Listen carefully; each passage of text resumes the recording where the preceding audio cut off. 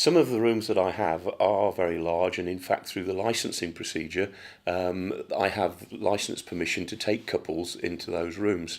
However, I have found that it does change the dynamics, and they do tend to be almost a separate unit, and that doesn't work particularly well. So in the early days, not a huge number, but I think I probably rented to probably 3 or 4 couples, and each time it wasn't greatly successful. So I do avoid that now, and single room, single person.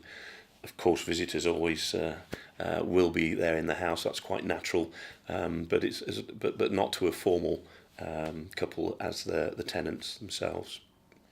So when people are moving in, we may well have talked at the viewing as well before they've chosen to take the room.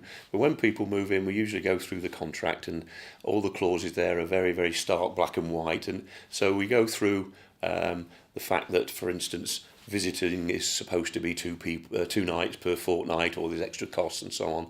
And I explain that that's really the fallback position if there are problems in the house. But that I, as a landlord, don't keep a chart and a tally chart of the number of nights people have stayed there.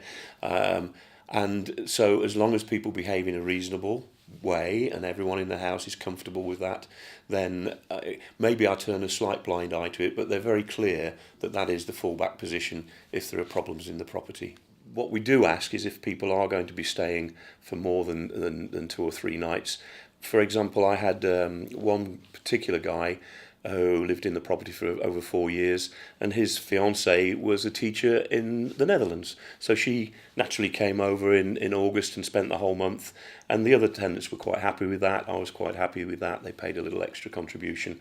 So again, if you have the relationship with the tenants where the communication channels are open, that seems to take care of itself, and we don't get excessive visiting.